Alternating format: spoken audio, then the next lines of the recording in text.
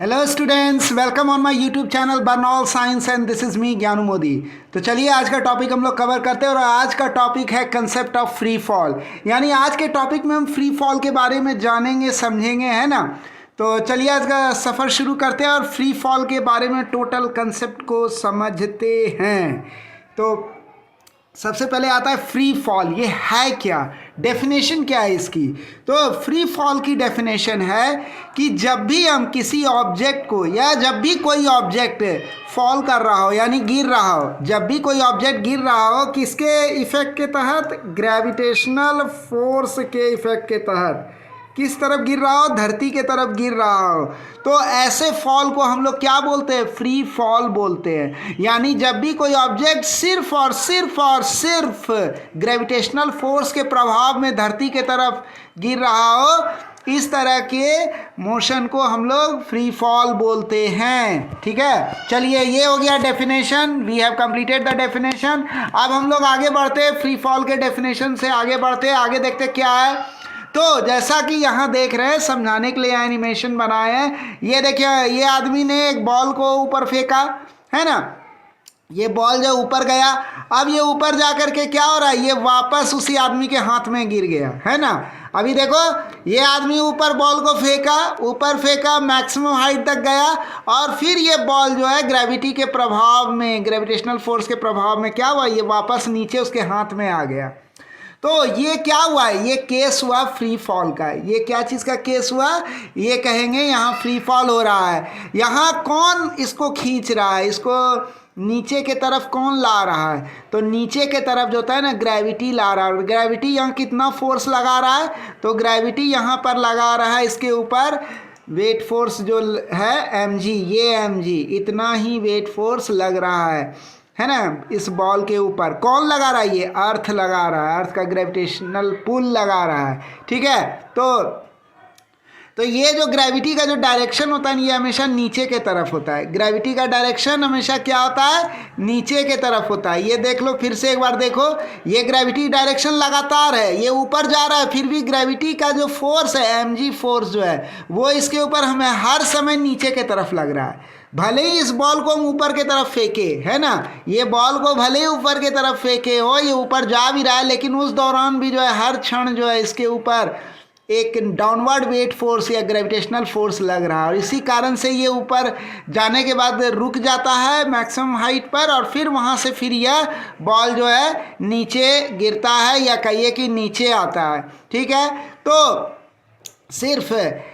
तो हम यहाँ कह सकते हैं कि इस बॉल पर जो है, ये बॉल जब मोशन कर रहा था तो एक ही फोर्स इसके ऊपर लग रहा था उस दौरान, और वो फोर्स था ये ग्रेविटेशनल फोर्स यानी mg, mass into acceleration due to gravity. इससे मिला इसका ग्रेविटेशनल फोर्स इस पर लग रहा है। इतना कौन लगा रहा है, ये अर्थ लगा रहा है, ये धरती। ठीक है, तो यही केस था फ्री फॉल का। इस वीडियो में हम लोग तमाम उन एस्पेक्ट्स के बारे में समझेंगे जो फ्री फॉल से रिलेटेड है। अब नेक्स्ट पॉइंट जो आता है वो आता है कि एक जो फ्री फॉलिंग बॉडी होता है, यानी फ्री फॉलिंग, एक बात ध्यान रखिएगा कि जब कोई बॉडी फ्री फॉल करता है तो हम कब कहेंगे कि वो फ्री फॉल कर रहा है, वो तभी कह पाएंगे जब उस पर सिर्फ और सिर्फ ग्रेविटेशनल फोर्स लगे पूरे फ्री फॉल के दौरान। अगर उसके ऊपर कोई और फोर्स भी लगना शुरू हो गया तब वो फ्री फॉल नहीं हुआ। यानी जितने देर वो ग्रेविटी के तहत, जितने देर वो मोशन कर रहा है, उस पर सिर्फ और सिर्फ उस मोशन के दौरान सिर्फ क्या लगना चाहिए, ग्रेविटेशनल फोर्स लगना चाहिए। अगर कोई दूसरा फोर्स लगेगा तो वो फ्री फॉल नहीं है। ठीक है, तो समझ गए।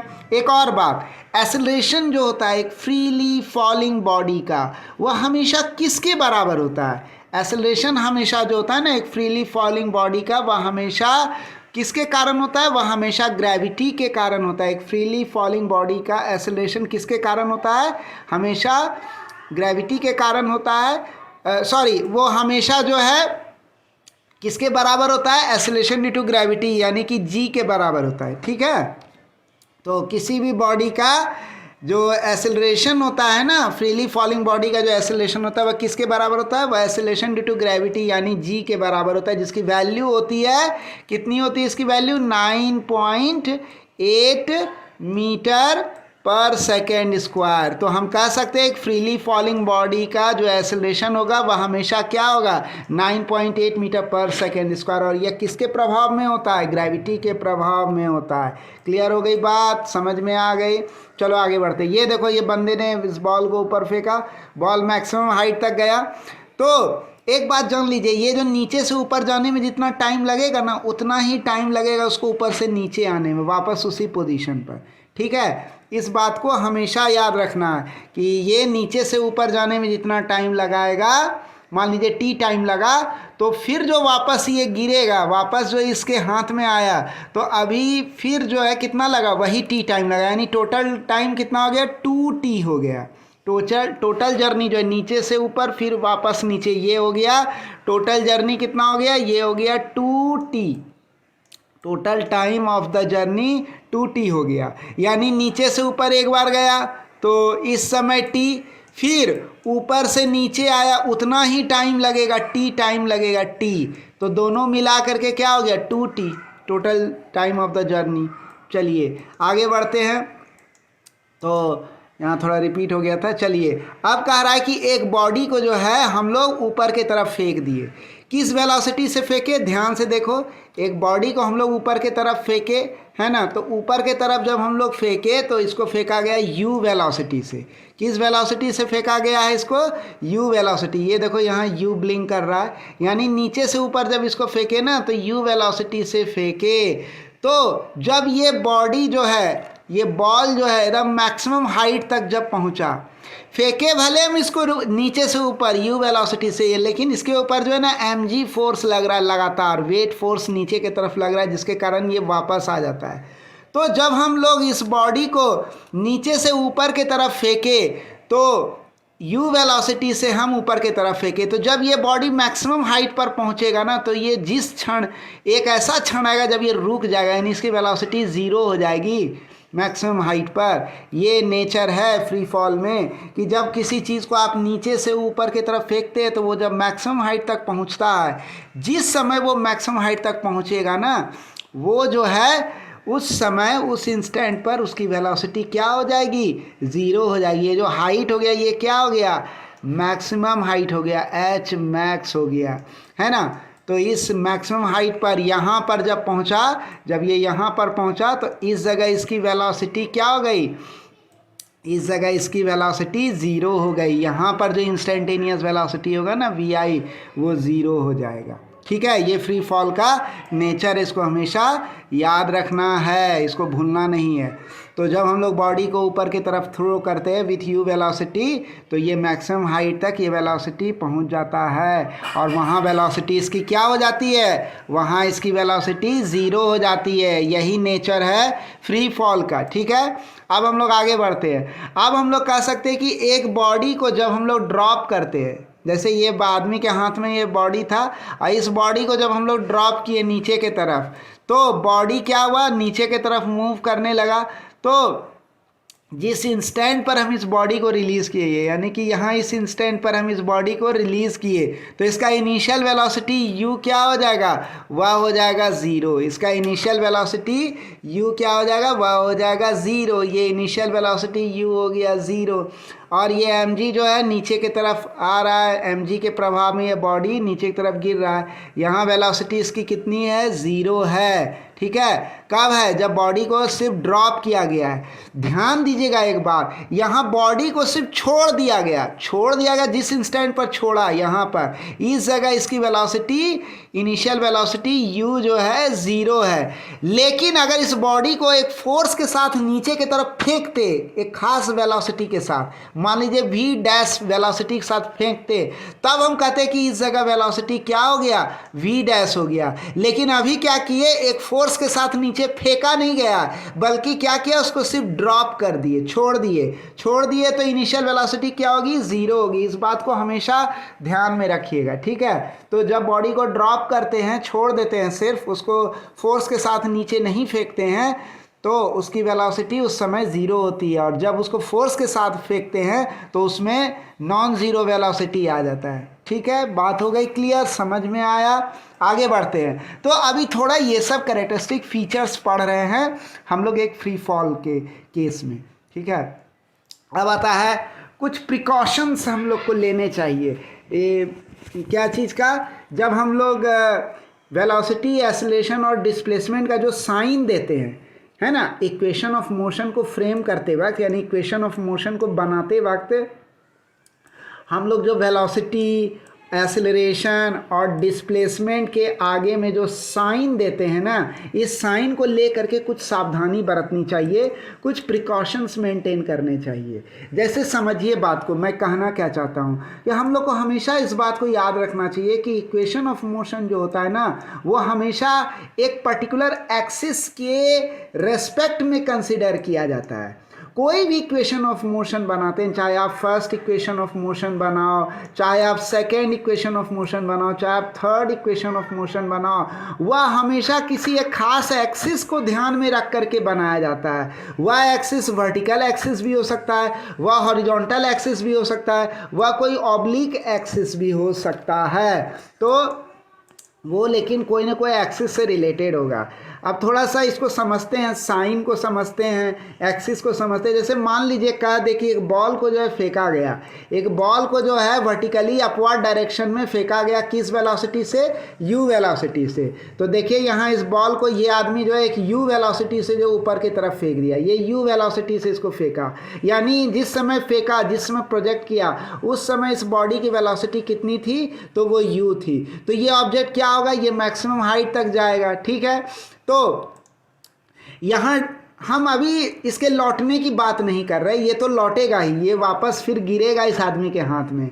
लेकिन अभी मैं ये बात कर रहा हूँ सिर्फ इस हाफ जर्नी की, यानी मैक्सिमम हाइट तक जो ये पहुँचा, बस इतना सा ही हम जर्नी का अभी बात कर रहे हैं। तो डिस्प्लेसमेंट अभी पूछेगा कितना हुआ, तो डिस्प्लेसमेंट क्या है भाई? डिस्प्लेसमेंट कुछ नहीं, इनिशियल पॉइंट से फाइनल पॉइंट के तरफ जो दूरी हुआ, इनिशियल पॉइंट से फाइनल पॉइंट तक जो दूरी हुआ, उसी को हम लोग डिस्प्लेसमेंट बोलते हैं। और डिस्प्लेसमेंट का डायरेक्शन किधर से किधर होता है? इनिशियल पॉइंट से, यानी पॉइंट ए से पॉइंट बी के तरफ होगा डायरेक्शन डिस्प्लेसमेंट एस का। तो यही वो तीर से बता रही है, जो काला वाला तीर है ना, इसी तीर से हम बता रहे हैं डिस्प्लेसमेंट को सिग्निफाई, इसको डिस्प्लेसमेंट को इंडिकेट कर रहे हैं इस काले वाले तीर से। देख रहे हैं तीर का डायरेक्शन इधर से इधर, नीचे से ऊपर। क्यों भाई? क्योंकि इनिशियल पॉइंट ये है और फाइनल पॉइंट ये है, दोनों के बीच में ये शॉर्टेस्ट डिस्टेंस है, यही डिस्प्लेसमेंट हो गया। इसी को एस से डिनोट कर रही है, ये जो एस यहाँ ब्लिंक मार रहा, ठीक है भाई।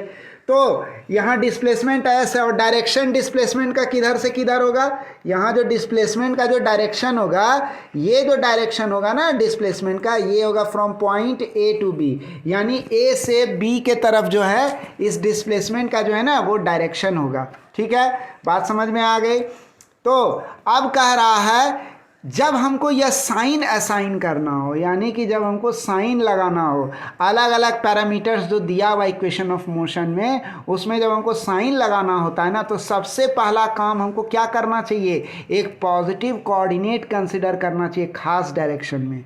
जैसे मान लीजिए हमको साइन लगाना है हर एक पैरामीटर के आगे में इक्वेशन ऑफ मोशन में, तो उसके पहले सबसे पहला हमारा धर्म क्या है, कर्म क्या है? हमें सबसे पहले पॉजिटिव साइन डालना है, पॉजिटिव कोऑर्डिनेट कंसिडर करना है। जैसे इस मामले में अभी हम पॉजिटिव कोऑर्डिनेट किधर कंसिडर किए? ऊपर के तरफ मान लिए कि पॉजिटिव कोऑर्डिनेट किधर है? ऊपर के तरफ है। हम चाहें तो हम नीचे के तरफ भी मान सकते थे पॉजिटिव कोऑर्डिनेट, उससे कोई फर्क नहीं पड़ता।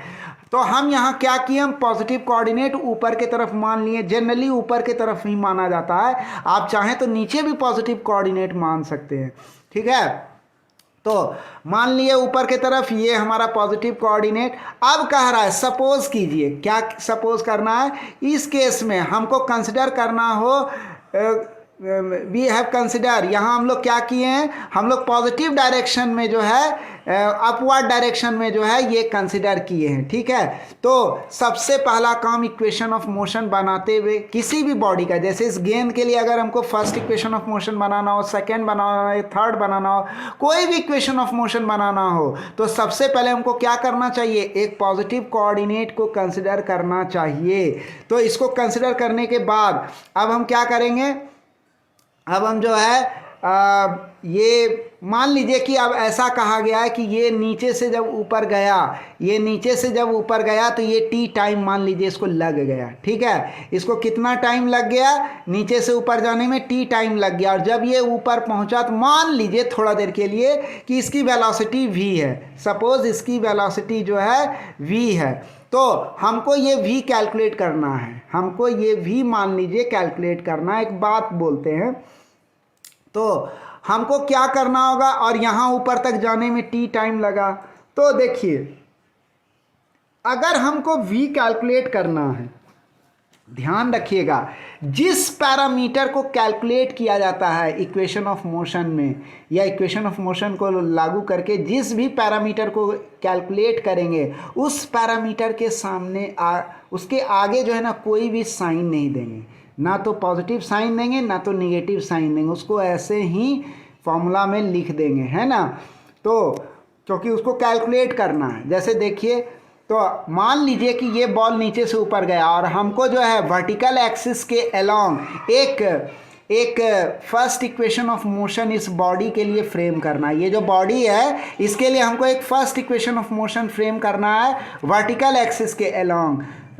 ठीक है, तो हम लोग जानते हैं, ये बात पहले बता चुके हैं कि इक्वेशन ऑफ मोशन हमेशा किसी न किसी पर्टिकुलर एक्सिस के रेस्पेक्ट में होता है। तो यहाँ भी हम क्या कर रहे हैं, एक वर्टिकल एक्सिस जो है ये ले लिए, इसके अलोंग जो है हम एक फर्स्ट इक्वेशन ऑफ मोशन हमको इस बॉडी के लिए बनाना है, इसके रेस्पेक्ट में, इस वर्टिकल एक्सिस के रेस्पेक्ट में। और पॉजिटिव कोऑर्डिनेट किधर मान लिए हैं, तो पॉजिटिव कोऑर्डिनेट हम मान लिए ऊपर की तरफ। ठीक है, कोई बात नहीं है, चलो बनाते हैं। तो क्या होता है फॉर्मूला होता है v equal to u plus a t. First equation of motion अगर इस बॉडी के लिए बना रहे तो ये मास्टर फॉर्मूला कंसिडर करना, लेकिन ये फॉर्मूला हम ऐसे कंसिडर नहीं कर सकते हैं, यहाँ हमको जो है साइन भी जोड़ना होगा। तो चूंकि हमको मान लीजिए ऐसा क्वेश्चन दे दे कि v को कैलकुलेट कीजिए, तो v को जो हम कैलकुलेट करेंगे ना, तो v के आगे में जो है कोई साइन नहीं देंगे, जिसको कैलकुलेट करना है उसके सामने कोई साइन नहीं देना है। अब क्या करेंगे हम, तो u जो है ना, u के सामने में हम क्या दिए हैं, आप देख लो, यहाँ हम प्लस साइन दिए हैं, और ये जो एक्सेलरेशन उसके जगह हम क्या दिए हैं, माइनस जी दिए हैं। तो अभी आपको पता चल जाएगा ये क्यों दिया, आप गौर से देखो। प्लस साइन हम इसलिए दिए हैं यू के सामने, ये पॉजिटिव यू इसलिए लिखे हैं क्योंकि यू का जो डायरेक्शन है, यू का डायरेक्शन किधर है, ऊपर के तरफ, क्योंकि ये बंदा जो खड़ा है ये बॉल को ऊपर के तरफ फेंक रहा है, तो इनिशियल वेलोसिटी ये जो यू है ये क्या होगा, ये ऊपर के तरफ होगा। और हमारा ये जो पॉजिटिव कोऑर्डिनेट है ये किधर है, ऊपर के तरफ पॉजिटिव माने हैं, इसीलिए इस u के सामने जो है ना, यहाँ इस फॉर्मूला में ये जो फर्स्ट इक्वेशन ऑफ मोशन है इसके सामने यहाँ पर प्लस साइन आ जाएगा। क्लियर हुआ बात। तो क्यों प्लस हो गया, क्योंकि u का डायरेक्शन उधर ही है जिधर हम पॉजिटिव कोऑर्डिनेट मान करके आगे बढ़ रहे हैं। और इसी में तो ये समझ में आ गया, u के आगे में प्लस डालना है। फिर उसके बाद जो है ये जो g है, ये जो एक्सेलरेशन ड्यू टू ग्रेविटी है, इसके सामने जो है ना हम माइनस साइन दिए। अब बोलोगे ये क्यों दिए, ये इसलिए दिए कि आप देखो ये जो प्लस पॉजिटिव कोऑर्डिनेट है ये ऊपर के तरफ है, पॉजिटिव कोऑर्डिनेट ऊपर के तरफ है, लेकिन हमारा ये जो g है यानी एक्सेलरेशन ड्यू टू ग्रेविटी है, ये जो चक्री घूम रही है, तो ये एक्सेलरेशन ड्यू टू ग्रेविटी किधर हमेशा लगता है, नीचे के तरफ लगता है। इस बात को हमेशा ध्यान में रखना। तो जब ये फ्री फॉल हो रहा है तो एक्सेलरेशन ड्यू टू ग्रेविटी किधर लगेगा, हर समय नीचे के तरफ लगेगा। तो नीचे के तरफ मेरा एक्सेलरेशन ड्यू टू ग्रेविटी, और पॉजिटिव कोऑर्डिनेट किधर माने, ऊपर के तरफ, यानी नीचे के तरफ क्या है, निगेटिव कोऑर्डिनेट है।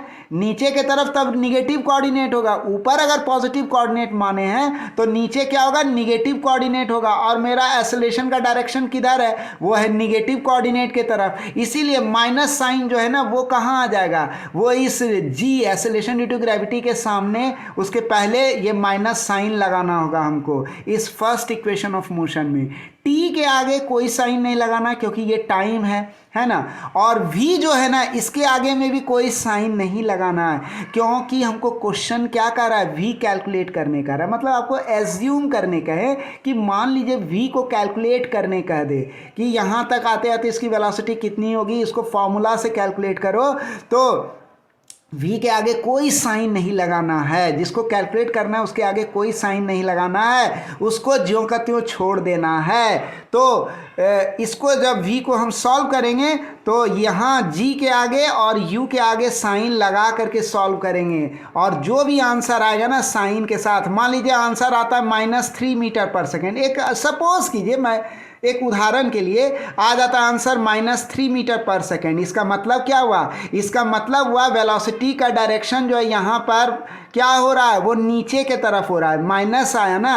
अगर मान लीजिए v आ जाए +3 मीटर पर सेकेंड तो इसका मतलब क्या हुआ, वेलोसिटी का डायरेक्शन ऊपर के तरफ है। ठीक है, तो ये इसका सेंस निकला है ना। तो ये साइन जो है ना डालना बहुत ज़रूरी होता है, कोई भी जो जितने भी पैरामीटर इक्वेशन ऑफ मोशन में रहते हैं ना उनके सामने साइन डालना निहायत ज़रूरी है। अब जैसे मान लीजिए कह दे, इसी केस में कह दे कि सेकेंड इक्वेशन ऑफ मोशन को फ्रेम कीजिए, है ना, तो और सेकेंड इक्वेशन ऑफ मोशन को फ्रेम कीजिए, है ना, and we have to find the value of u initial velocity from second equation of motion. ऐसा हमको कह दे कि सेकेंड इक्वेशन ऑफ मोशन को इस्तेमाल करके वेलोसिटी u कैलकुलेट कीजिए, ऐसा कुछ रहे बंदिश। तो हम लोग जो second equation of motion consider करेंगे उसमें u जो होता है ना, मान लीजिए उसको u निकालने कह दे, u का वैल्यू निकालने का है, तो u के आगे में कोई भी साइन नहीं डालना है, इसके आगे में कोई भी साइन असाइन नहीं करेंगे, मतलब कोई भी साइन इस u के आगे में नहीं लगाएंगे, इसके पहले कोई भी साइन नहीं लगाना। क्यों, क्योंकि हमें इसी u का वैल्यू कैलकुलेट करना है। ठीक है, तो जब ऐसी व्यवस्था रहे, जैसे मान लो उदाहरण देखो कि यहाँ बॉल को ऊपर फेंका, तो ऊपर गया बॉल। अब कह दे कि सेकेंड इक्वेशन ऑफ मोशन को लगा करके जो है वर्टिकल एक्सिस के अलोंग जो है आप सेकेंड इक्वेशन ऑफ मोशन को फ्रेम करके निकालना पड़े हमको। तो हम जानते हैं कि कोई भी इक्वेशन ऑफ मोशन होता है वो किसी न किसी एक्सिस के रेस्पेक्ट में जो है फ्रेम किया जाता है, यानी बनाया जाता है इक्वेशन को। यहाँ किस एक्सिस के रेस्पेक्ट में करेंगे हम लोग, बनाएंगे हम लोग इक्वेशन ऑफ मोशन, तो इस वर्टिकल एक्सिस के रेस्पेक्ट में। तो ये अब हम कह सकते हैं यहाँ पर सेकेंड इक्वेशन ऑफ मोशन क्या कहता है, वह कहता है s = ut + ½ at²। तो अब इसमें क्या करेंगे, हम s के आगे में प्लस देंगे। एस क्या है, डिस्प्लेसमेंट है, यानी नीचे से ऊपर के तरफ जा रहा है, तो मेरा डिस्प्लेसमेंट का डायरेक्शन क्या हो गया, नीचे से ऊपर के तरफ, यानी ऊपर के तरफ एस का डायरेक्शन है। और पॉजिटिव कोऑर्डिनेट जो हम माने हैं, ये जो पॉजिटिव कोऑर्डिनेट माने हैं वो हम किधर माने हैं, वो हम ऊपर के तरफ माने हैं। मेरा एस का जो डायरेक्शन है वो किधर है, वो ऊपर के तरफ है। पॉजिटिव कोऑर्डिनेट किधर है, ऊपर के तरफ है, दोनों ऊपर के तरफ है। तो इसका मतलब क्या हुआ, दोनों ऊपर रहने का मतलब एस के पहले जो है हम ये प्लस साइन जो है वो डाल देंगे। ठीक है, तो क्योंकि ये जो डिस्प्लेसमेंट है ना इसके आगे प्लस होगा। क्यों, क्योंकि डिस्प्लेसमेंट का डायरेक्शन उधर ही है जिधर हम पॉजिटिव कोऑर्डिनेट माने हैं। ठीक है, तो ये हो गया। फिर आता है u जो है u के पहले कोई साइन नहीं देना है, कुछ नहीं देना है। क्यों ऐसा किए, क्योंकि u की वैल्यू हमको निकालनी है। u तो हमको कैलकुलेट करना है, तो जिसको कैलकुलेट करने आता है उसके आगे ना तो प्लस देना है ना माइनस देना है, उसको ऐसे ही छोड़ देना है। t है टाइम के आगे कोई साइन नहीं दिया था, +½ यहाँ देखो -g डाले हैं, -g t²। टी के आगे कोई साइन नहीं दिया जाता क्योंकि ये टाइम पे साइन देना कोई ज़रूरी नहीं है। यहाँ कोई साइन, ये टाइम के पहले कोई साइन नहीं लगता, लेकिन जी के पहले ये साइन लगेगा, माइनस साइन। अब बोलोगे क्यों लगेगा? इसलिए लगेगा क्योंकि एक्सेलरेशन ड्यू टू ग्रेविटी जो है हमारा वो नीचे के तरफ है, इसका डायरेक्शन। अब कोऑर्डिनेट किधर हम माने हैं? कोऑर्डिनेट हम ऊपर के तरफ पॉजिटिव माने हैं। इसका मतलब इस जी यानी एक्सेलरेशन ड्यू टू ग्रेविटी का जो डायरेक्शन है वो किधर है? वो एक तरह से निगेटिव कोऑर्डिनेट की तरफ है। किधर है? निगेटिव कोऑर्डिनेट की तरफ है। इसीलिए यहाँ हम जो है, देखिए आप गौर से, यहाँ एक्सप्लेन किया गया कि एस क्यों पॉजिटिव है। एस जो है डिस्प्लेसमेंट इसलिए पॉजिटिव है कि हमारा जो डिस्प्लेसमेंट का जो डायरेक्शन ऊपर के तरफ है और ऊपर ही पॉजिटिव कोऑर्डिनेट भी है, तो ये प्लस साइन जो है इस एस के पहले जो है लग जाएगा, ये प्लस साइन है ना। फिर यहाँ बताया गया आगे कि ये जी नेगेटिव क्यों है। जी नेगेटिव इसलिए है क्योंकि ये जो एक्सेलरेशन ड्यू टू ग्रेविटी है ये किधर लग रहा है? नीचे के तरफ लग रहा है। और नीचे क्या है हमारा? नीचे है निगेटिव कोऑर्डिनेट माना गया नीचे के तरफ। अगर कोऑर्डिनेट पॉजिटिव माने ऊपर के तरफ तो ऑटोमेटिक समझ लीजिए कि नीचे के तरफ कोऑर्डिनेट निगेटिव है, तो मेरा एक्सेलरेशन भी नीचे के तरफ और निगेटिव कोऑर्डिनेट भी नीचे के तरफ। इसीलिए एक्सेलरेशन के सामने इस इक्वेशन में जो है ना, एक्सेलरेशन से पहले जो है ना ये निगेटिव साइन लग जाएगा। तो क्लियर हो गई बात? समझ में आ गया कि क्यों यहाँ पर जो है निगेटिव साइन लगेगा? क्लियर है ना? तो ये चीज़ है। तो यही कंसेप्ट मैं कुछ आपको फ्री फॉल के बारे में देना चाह रहा था। मुझे पूरी उम्मीद है कि आपको ये नॉलेज अच्छा लगा होगा। अगला जो वीडियो आने वाला है ना उसमें हम लोग जम के फ्री फॉल पे न्यूमेरिकल्स करेंगे, धमाकेदार न्यूमेरिकल्स होगा एनिमेशन के साथ, है ना, मज़ेदार एनिमेशन। देखिए मैं एनिमेशन से ही बनाता हूँ, मेरा अपना पढ़ाने का टेक्निक है। एनिमेशन बना बना के बच्चों को पढ़ाता हूँ ताकि बच्चे को समझ में आए, उनको इंटरेस्टिंग लगे, उनको ये नहीं कि बोरियत ना लगे, चीज़ें घटनाएं उनके सामने घटे। मैं ये चाहता हूँ, ये मेरी स्पिरिट रहती है उनको पढ़ाने के लिए।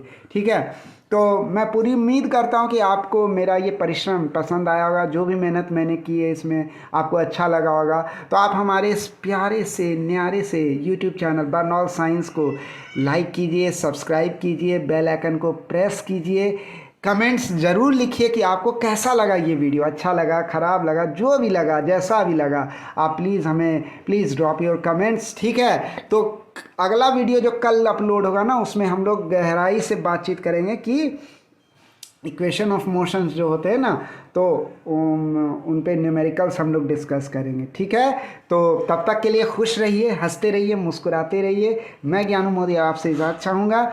मिलते हैं नेक्स्ट वीडियो में। Thanks for watching the video.